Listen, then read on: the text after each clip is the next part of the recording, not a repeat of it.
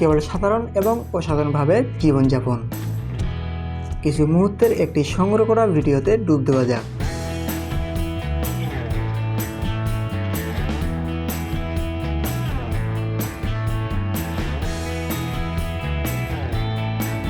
এই ভিডিওটি দেখায় যে সেতুর মাঝখানে অতিক্রম করার সময় পাইপ বহনকারী একটি ট্রাক দুর্ঘটনা ঘটে যাওয়ার একটি অসাধারণ ঘটনা।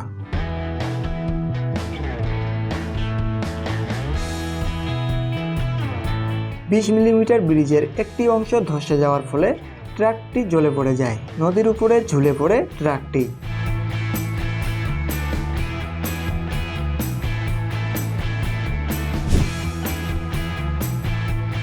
একটি বিলাসবহুল রোলসের মধ্যে কঠিন সংঘর্ষ রয়েস এবং একটি ভারী ট্রাক, উভয় যানবাহনের সময় এই অ্যাক্সিডেন্টটা ঘটে।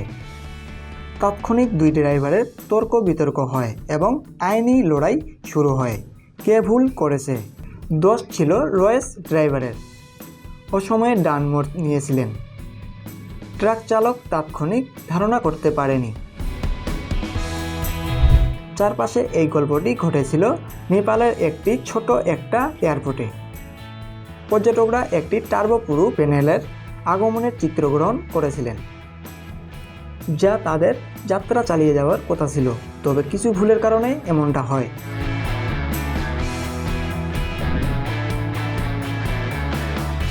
টেন্ডাবোট ফ্লাইং।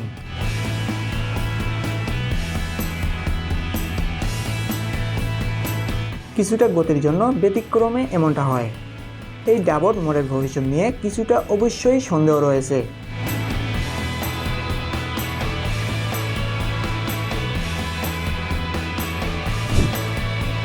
একটি নির্মাণ সাইট থেকে ধাতব রডগুলি একটি পিনের মতো একটি গাড়ির উপর এসে পড়ে।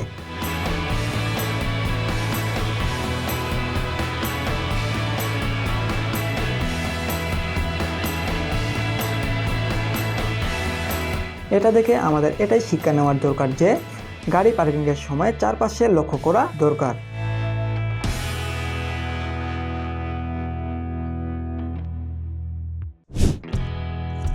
এই ঘটনাটি নিঃসন্দেহে সামুদ্রিক ইতিহাসে সবচেয়ে বড় এবং উদ্ভট জাহাজের।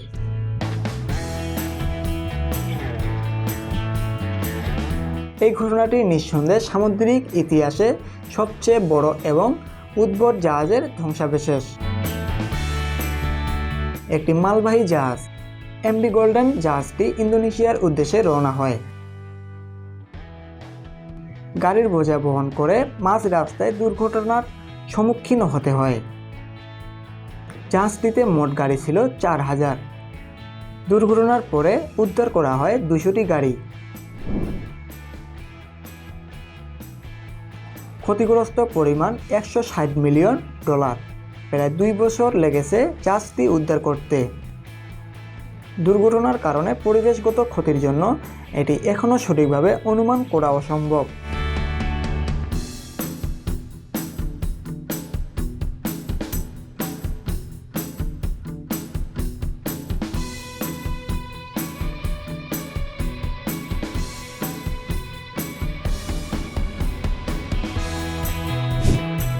আমরা যে কোনো কাজ করি না কেন আমাদেরকে নিজেদের প্রতি লক্ষ্য রাখতে হবে, কেননা বিপদ যে কোনো পরিস্থিতিতে হতে পারে।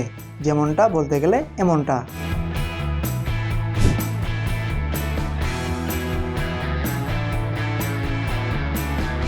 বুলডোজারগুলি শক্তিশালী মেশিন, তবে সেগুলি অবশ্যই পানির নিচে কাজ করার জন্য নিয়মিত নয়।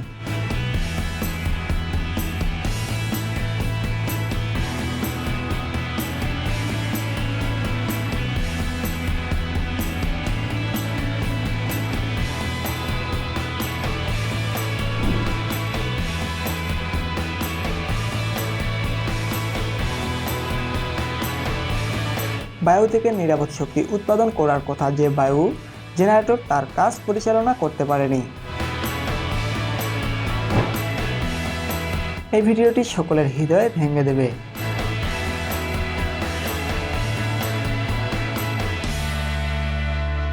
ওয়াইন রেমিরা সুপেনের একটি ওয়াইনারিতে একটি দুর্ঘটনা ঘটে যায়, ফলে 50,000 ওয়াইন লিটার রাখা একটি ট্যাঙ্কি ফেটে যায়।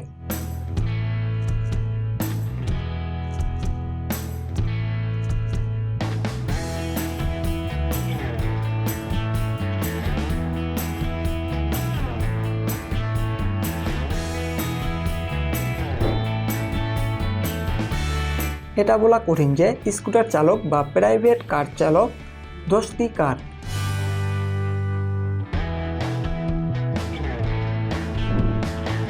একটি ছোট বিড়ালের ছানার বিশৃঙ্খলার সৃষ্টির জন্য নিজের কাজের ক্ষতি ঘটায়। এগুলো দেখে মনে হচ্ছে অসাধারণ বরফ দিয়ে তৈরি করা গাড়ি।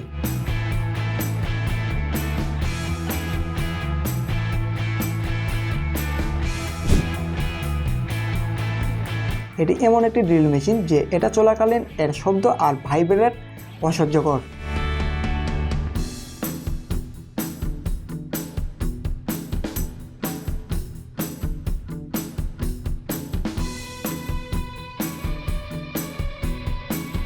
একটা করতে গিয়ে আরেকটা হয়ে আছে।